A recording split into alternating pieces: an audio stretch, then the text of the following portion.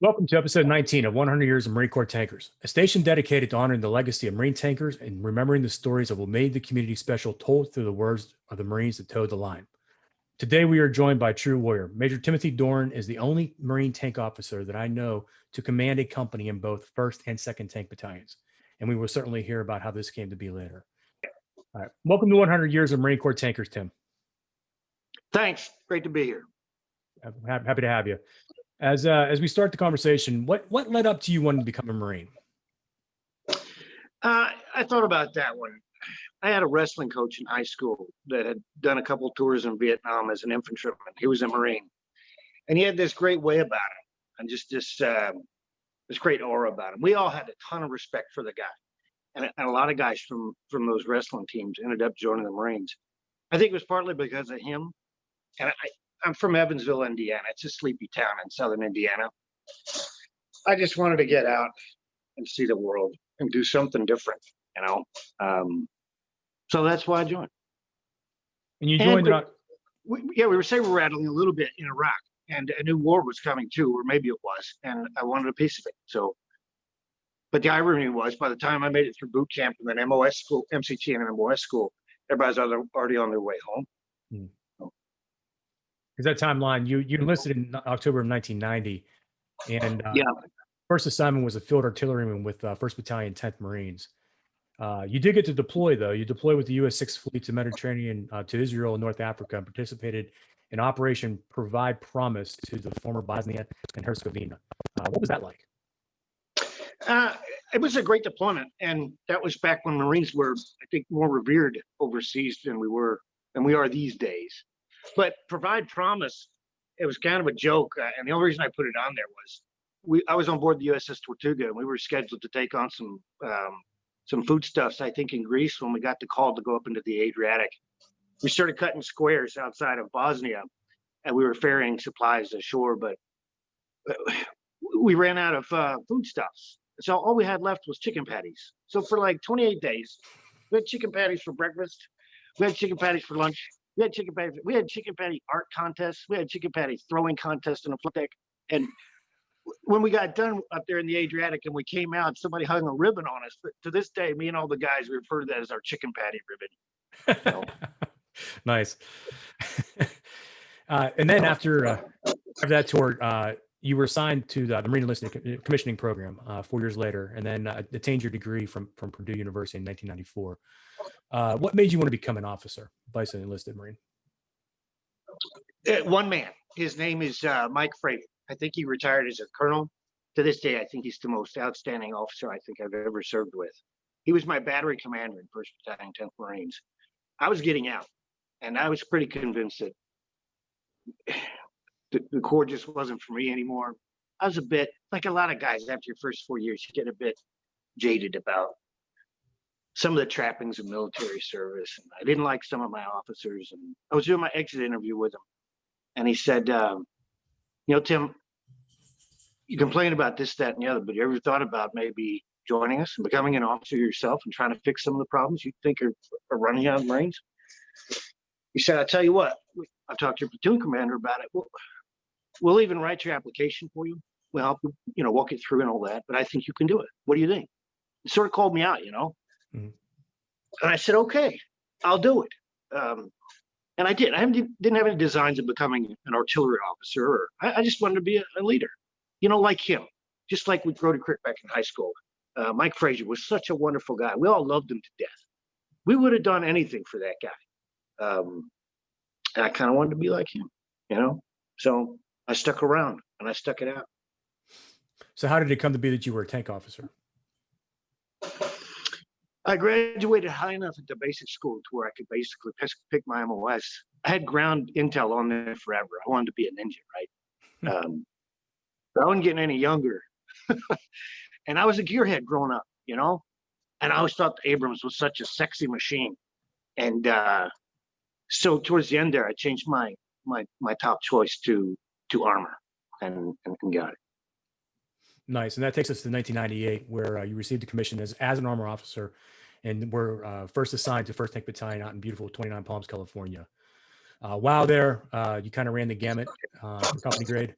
platoon commander, company executive officer, air officer, and then ultimately commanded Company C. So what are some of your early thoughts back from that time at First Tanks? It was a perfect time to grow up. What an outstanding battalion that was. R.V. Mancini, I don't know if you knew him or know him, but Colonel Mancini was the battalion commander. We called him the Don. He was something else. We all loved him. And I checked into Charlie Company, and I had, as our tank leader, had Mike Mummy. I don't know if you ever got to serve with him, but he's a legend out there on the West Coast. And, love him or hate him, he's got a hard way about him, but he sure made me a better tank commander and a better officer. And Rob Bodish was our XO. What a great dude. I mean, I don't know that there's any better armor officer left out there than Rob Bodish. It was a real trial by fire. I had to learn fast. The way we roll out in First Tanks is different than the way we roll out at Second. It was a wonderful challenge. I got to be the XO for John Shar when he took command of the company. I did a little tours to like the legal officer or whatever, but I don't know what happened.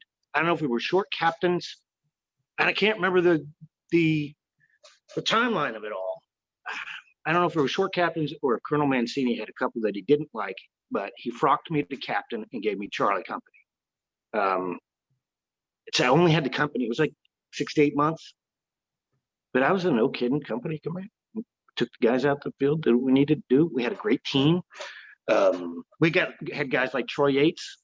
Do you know him? I do. Yeah, Manuel Herrera, dirtbag. Yeah, I mean, we had some great guys in that company, and I was just lucky. I mean, how many first lieutenants in the armor community get frocked to captain to command a company? Most captains don't get to command a tank company. That's right. Because there's just not enough of them to go around. That's right. So I was fortunate, very fortunate. Funny story about Colonel Mancini. He was the commander of OCS when I went through, and he found out that I was a prior service tanker, and he was real excited to commission me. And day before the commission, I told him, I said, "Sir, I'm a second tanks guy." At that time, I was. I'm like, Colonel Bianca's coming out to pin me on. And he's like, what? He's like, I'm like, that's it, you're out. He's like, I can still kick you out last day. And I'm like, shit. Yeah. Good for yeah. Yeah. Good for you, man. In 2000, you were assigned to Quantico and the warfighting instructor at the Marine Corps Basic School, Officers Basic School. There you served as the infantry opposing force commander, which is, I think, the red cell, and then small boat unit commander and the urban warfare co-primary instructor. All these billets absolutely are challenging, are ones that certainly can test your mettle and your tactics to include. How did your background in tanks help you for these assignments? Somebody said to me once, and I think it was an infantryman, I love having you tank officers around because you guys always think about the next hill and the next hill. There's a lot of the grunt communities, right here in your face about everything you do. I think that helped me a lot. Tanks move fast, hit hard. We can influence a giant amount of battle space. So I kind of brought that everywhere I went. And we're maneuverists, a lot of times, especially in training, we get too involved in attrition type warfare and training. But I think more than some of my peers, probably I injected a lot of maneuver TTPs into what we were teaching. And I did the infantry platoon commander gig and the co-urban instructor gig and the small boat unit commander gig all at the same time. Wow. That is part and parcel of being the infantry commander down there in the instructor battalion. About 100 infantrymen. It was tough, but very enjoyable. And what a great gig. And I got to work, at least in the warfighting group, for a guy named Major Bourne, who's a retired colonel now. He was a grunt, larger than life. One of my favorite officers ever. He just had great with people, and he managed a great group of captains there. Nobody sends their guys to teach at the basic school unless they're top notch. And it was I don't know if I can use these words on the internet, but yeah, it was a penis measuring contest sometimes. It was okay. It was okay. It was a great tour. And then right after that, I don't know if I mentioned it in there. I went to Expeditionary Warfare School under Colonel Tom Hobbs, the sumo, another great freaking American. I've just been very fortunate. I mean, and after that, I worked as a summer augment at OCS, so I taught there. I was part of the cadre, and yeah, that Suli 2 evolution in the summertime will kill a man. You will sweat to death. We were doing that almost every Friday. I thought I was going to die. Yeah, that's certainly no rest for the wicked for sure. That's going from the end to the fire. Yeah. And then so I spent way too long at Quantico. I didn't get back out to the fleet till like 2005 when the war was mature. I guess the only good thing about that was I was a pretty damn well-rounded captain by the time I got the second tanks. You know, being that you were there in 2001, how did 9/11 affect the basic school at that time? Man, it was crazy. I remember we called it the dugout. That's the place where all the warfighting instructors hung out, and that hit the television. And the mood in that room, there's probably 20, 30 captains in there, young captains like this is crazy. The commanding officer of the school brought us all into the auditorium. He said, you know what, I'm already hearing rumblings from you guys that you want to, what do we call it, request mass to go to the fleet like right away. Every one of you can shut the hell up, because this may be a long war and we need lieutenants and we need you to train lieutenants. So shut the F up. I don't want to hear any more of this. And let's get back to work. And that's what we did. You did it all the way up until when you took co-lead for a U.S. military liaison team that traveled to Estonia. That was an additional duty. Yeah. But yeah, that was an interesting assignment. I don't know if you remember, but back in those days, countries like Estonia were petitioning NATO for admission, along the former Soviet Union, Eastern Bloc. One after the other, they were petitioning NATO. So I got assigned to a military liaison team with a guy named Rory Quinn. He was a captain as well. It was our job to go to Estonia for a few weeks and to train them on essential tasks they might have to perform alongside U.S. forces. So let's say in Estonia, if we're going to let you guys into NATO, that means we have to come to your defense if the Russians attack. So if you need to call for an American aircraft, this is how you do it. Stuff like that. Yep. And then at the end, we had to sort of certify that they were ready to be interoperable with NATO. And they eventually made it in. So that was the first time I ever had to live amongst another culture, I think, in my adult life. And it's a very interesting place. It's way up there. And the sun goes down. It was in the summertime. So the sun would go down for an hour in the mornings and come right back up.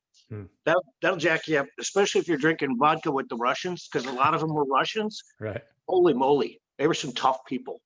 We call them the Stones. And I don't know if you know, but there's always been, at least up until the time we left Iraq, there was always a handful of Estonian soldiers alongside Americans inside of Iraq. I never knew why. I did see them out there, and I never knew why. No, I'm full circle. Before you left the basic school, though, they obviously awarded you as the officer candidate school officer in charge, where you received the school leadership reaction course. So that definitely took care of you out there. It's a leadership reaction course. Do you remember the LRC when you were at OCS? I do.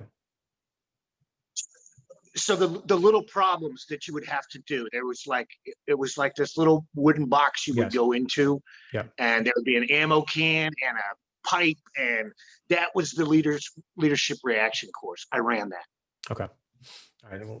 So before you left the TBS, they had you out at OCS, Officer Candidate School, as the officer in charge of what came to be known as the School Leadership Reaction Course, the LRC. And that certainly is fun because it's an opportunity to see a bunch of college-educated individuals not figure out how to do some things at the most basic level. So I'm sure you enjoyed that. But then in 2005, you were assigned to second tanks as the assistant logistics officer And here you were appointed commander of Bravo Company. And this rounds out the commandership, where you actually commanded companies in both 1st and 2nd Battalion, which is pretty incredible. During this, though, you had the opportunity to deploy in direct support of Regimental Combat Team 6, RCT 6, to Fallujah in Iraq in 2007. What are some of the stories that you have from this deployment? Well, before we get there, I'd be remiss if I didn't mention Rob Bodas. We showed up to serve together again. When I showed up at 2nd Tanks as the 4 Alpha, he was the 4. Okay. And we hit it off again. And he went to bat with Colonel Bianca and at the time Major Reddifer. You know Steve Reddifer, sharp guy. Yep, I mean, for sure. He is something else. You know, captains used to be afraid of him. I don't know that I ever was. I had a ton of respect for that guy. And Bodas went to the bat for them and got me, I think, that tank company, Bravo. They had just returned from war. So I had a good almost 2 years to prepare and form that company before we went to Fallujah. I think we shot like 4 or 5 gunneries. We were perfectly trained, at least in my opinion, that for that kind of war, I think the best thing you can do as a company commander is make sure that every tank crew can hit what it's shooting at first round. You have to be experts at tank crew gunnery.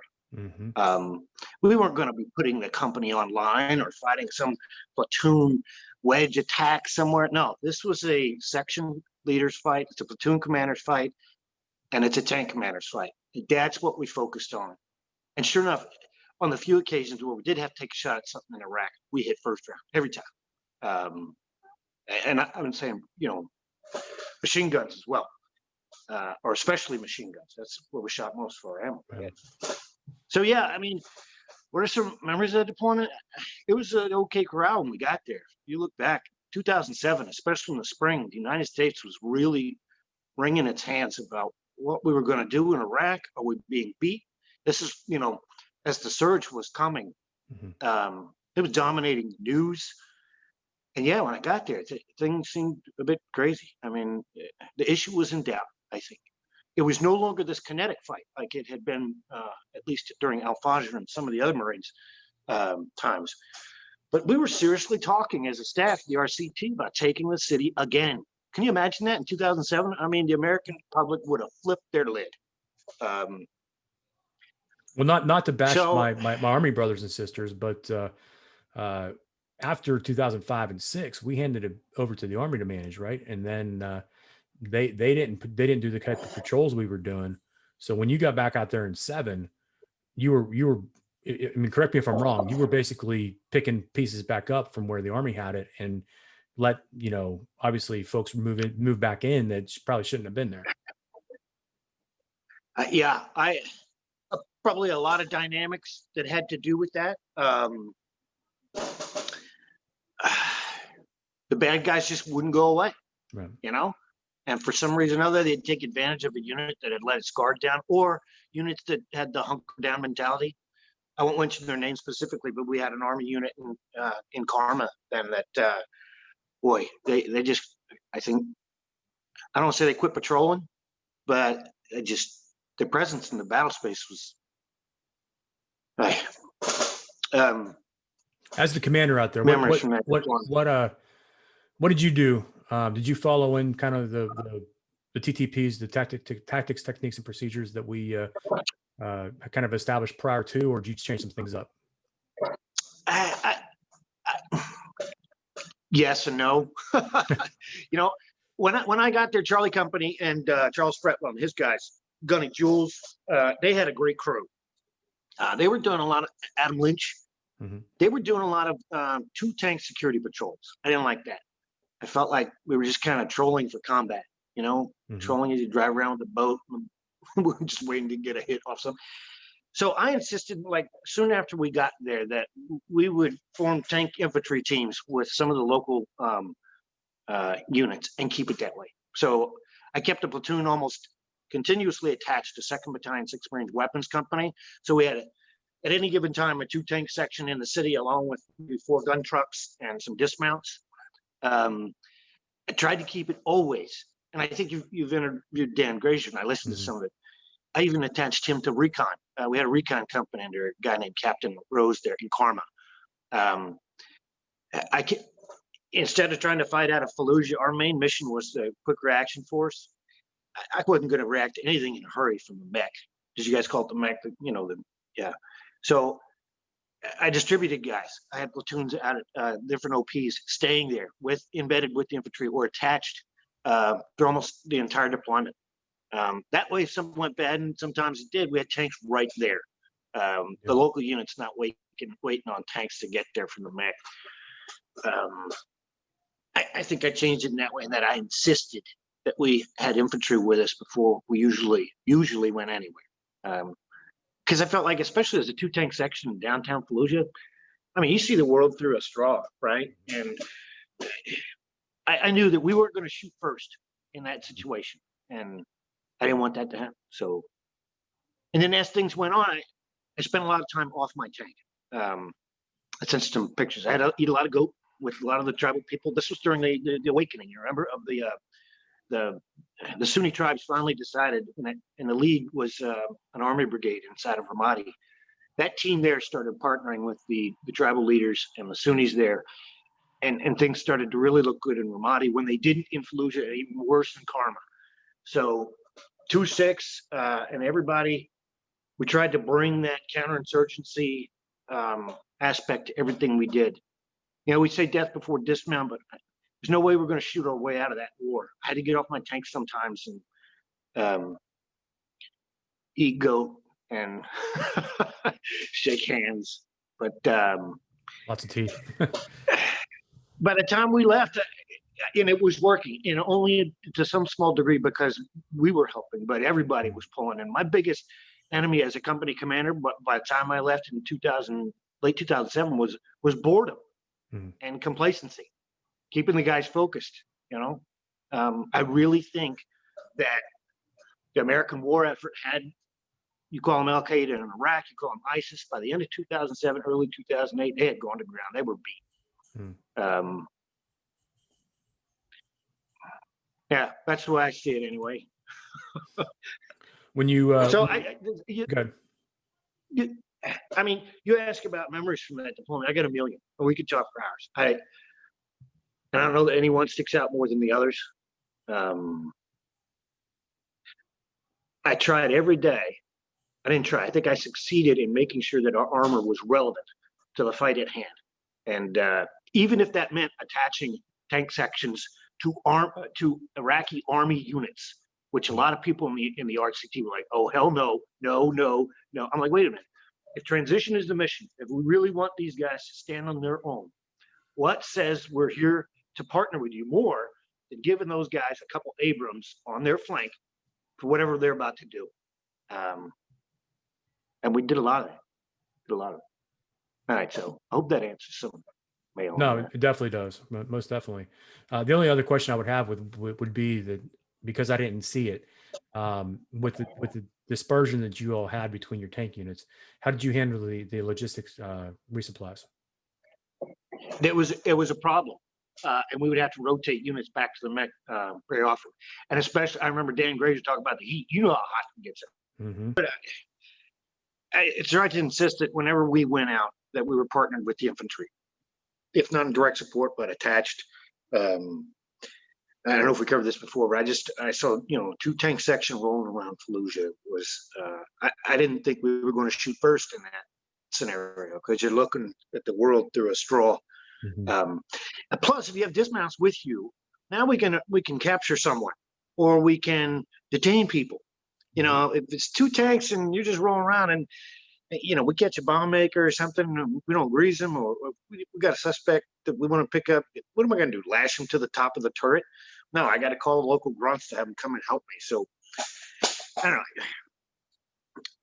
don't know if we talked about this at all, but 2nd Battalion, 6th Marines had adopted the counterinsurgency strategy from the brigade in Ramadi, and I took that to heart. And I spent a lot of time off my tank, ate a lot of goat, got dysentery. Wahoo! Nothing more fun than being in a tank in the summer in Iraq and having dysentery. It was a blast. So I don't know where else we were going to go with that. What else did we talk about? Can you help me out?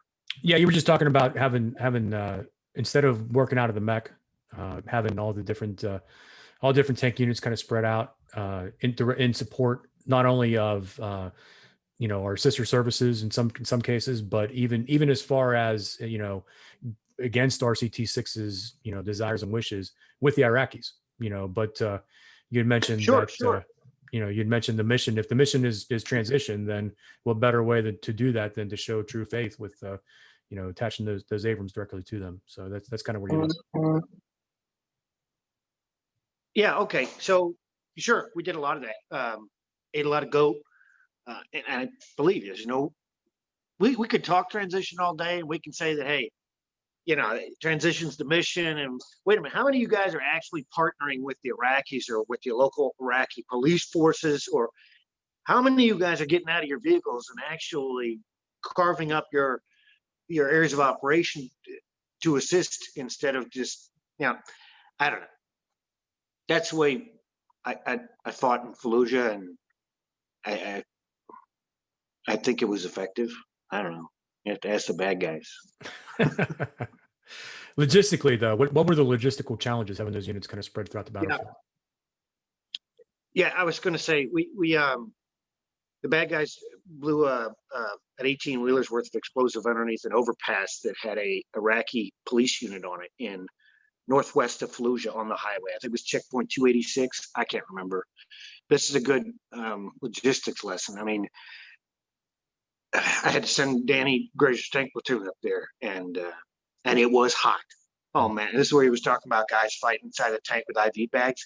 We're supposed to overwatch this overpass while they demolish it. They decided not to repair it, and he was there for a good week. And yeah, getting him refueled, getting him back all the way back to the mech for some maintenance, and getting his guys some rest, and everything we did, that was a challenge. When you fight distributed like that, logistics becomes a freaking nightmare. Mm-hmm. What you gain in the battle space, you lose in a unit that's already logistically burdened more than anybody out there. Mm-hmm. But we made it work. And like 3rd Platoon, Bo Vreeland, he was almost exclusively words, Tim, exclusively my RIP security command. So almost daily, we were having units coming in and out of the mech, and it was his job to partner with 2-6 and picket Route Fran and Route Michigan all the way to Alta to protect units as they came in and out of Fallujah. And I'm glad to say that Bo and his guys, 7 months we were there, not one damn casualty on any RIP sec convoy while we were there. I hated the idea of one of these units getting hit in the weight on your first day in, mm-hmm. or your last day out, Right. So I gave that job to Bo Vreeland, and him and his tank platoon and the guys at 2-6, not a single damn casualty the whole time. Protected everybody coming in and around. Did a great job. That's just it. I mean, that's the essence of Marine Corps tankers right there. And that speaks to you as a commander. I mean, you made that decision. Because of that, I'm sure that there are Marines alive today because of the efforts that you and those Marines did ensuring that safety. I mean, it's just to be commended. There's nothing greater than that. I hope so. Oh, no. So prior to your retirement in 2011, you were assigned as the Marine Corps Detachment Executive Officer, something we have in common.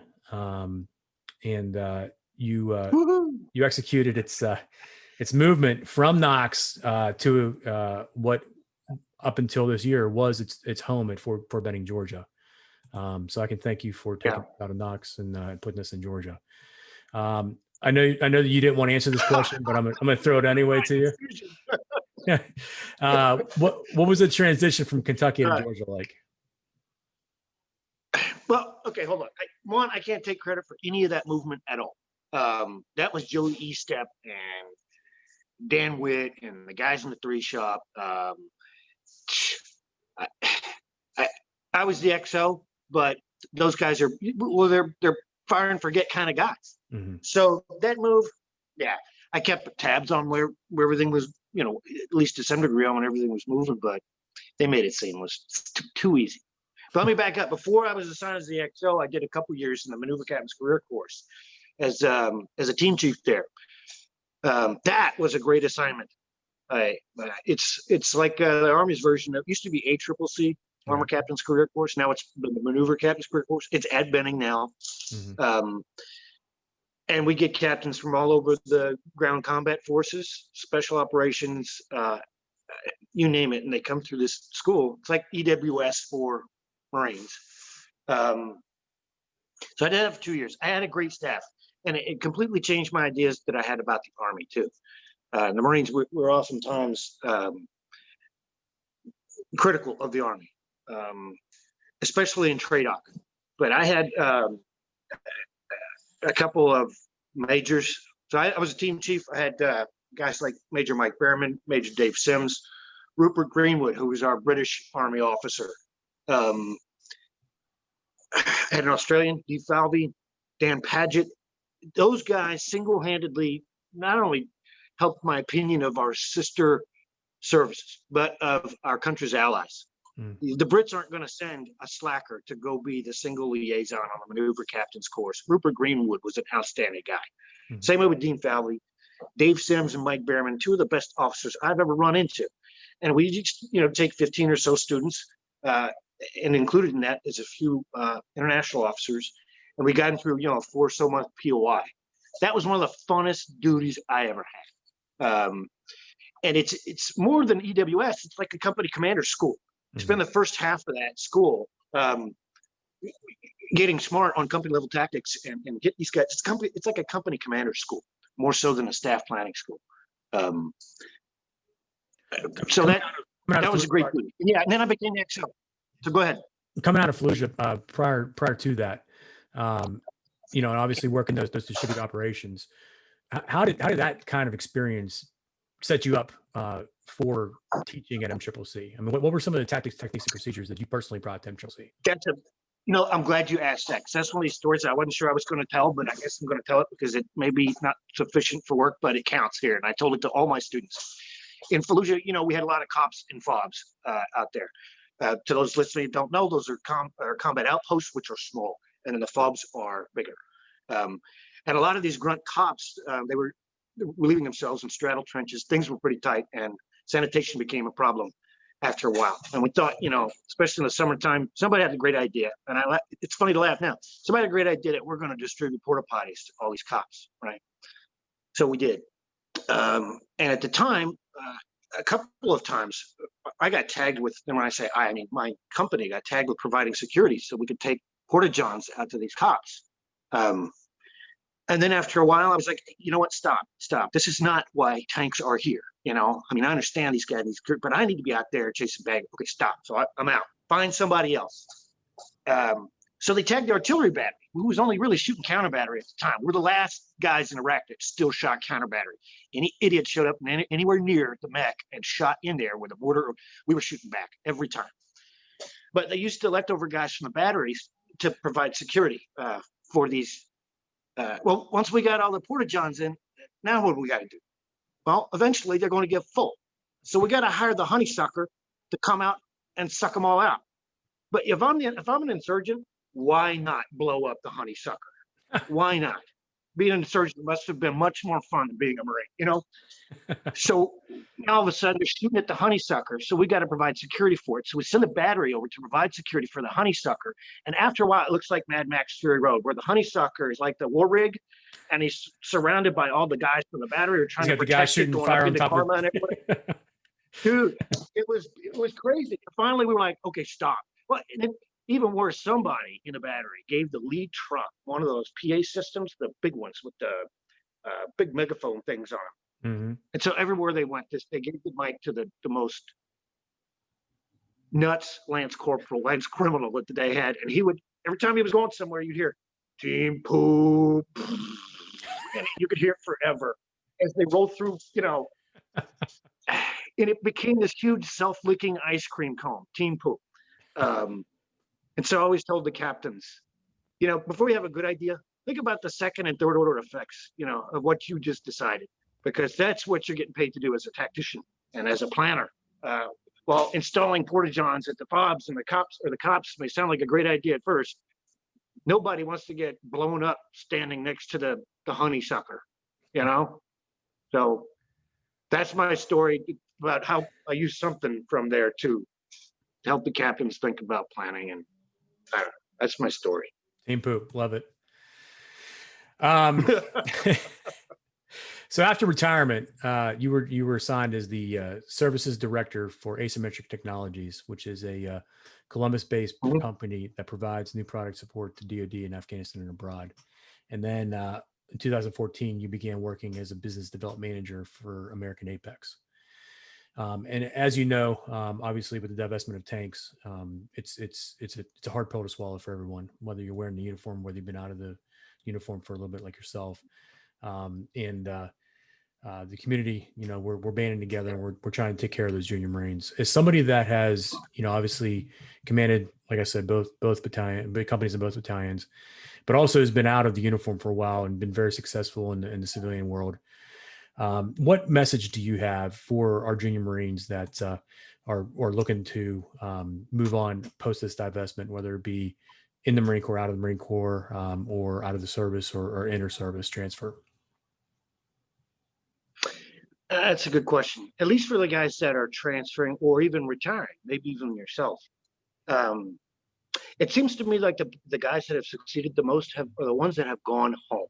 Because when you go home, where you came from, if you're lucky enough to have a network of family and friends, that's how you get your next job. That's how you get the job you want, is through people you know. I don't care how good your resume looks, and I've read thousands of them. I was a hiring authority for Asymmetric, and almost all of them were people that were transitioning out of the military to come work for us as contractors in Afghanistan for some counter ID technologies. And a lot of them were really struggling with getting out and trying to transition, so to speak. Yeah, if you're getting out, it seems to me like the guys that had the most success are the ones that go home, and you're going to get your next job not because of your resume, it's because of who you know.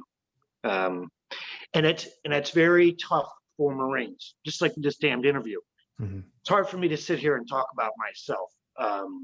It's hard for a guy to sit down and advertise himself in an Marines, especially, in an interview or on a resume. You got to overcome that. You got to drop your pride. You got to reach out to your friends. Say, I'm coming home, or, and as military guys, we're used to planning our next move like months ahead. Civilian hiring managers don't even want to talk to you until you're like 30 days out, right? So a lot of guys, and this is for you too, man, JR, Right. you're going to want to prepare your resume like 6 months out and start fishing out. Don't waste your damn time. Nobody's going to want to talk to you, Right. And yeah, if I had any advice, well, my grandmother is the best lady ever on the planet. She said, Tim, my best advice I can give you is don't ever take any advice from anybody. Figure it out on your own. So having said that, if I could give some advice for young guys, especially guys that are separating, that's it. And I hate to say it, but I think you've seen it too. College is the new high school. If you don't have a college degree, nobody's going to take you seriously anymore. It's become that, and it's sad, but. No, I appreciate that. And I'm going to take a special moment here to thank you. I know we had some technical glitches with this, but certainly an excellent interview. And definitely appreciate you making the time out of your schedule to do this. To the viewers, thank you all. And to all of the subscribers, truly appreciate you pressing that button. If you've not already done so, please press the subscriber button. It is what gives this channel its momentum. And we're continuing to grow every day. And this channel is here to tell the story and to capture the legacy of warriors like yourself, Tim, that have come before. So thank you. And please feel free to contact me if you want to do an interview. And with that, the floor is yours for any parting comments. No, thank you so much. This has been a lot more fun than I thought it would be. Thank you. Appreciate that. Well, Semper Fi, my friend, and we'll stay in touch. Yeah, likewise. Thank you.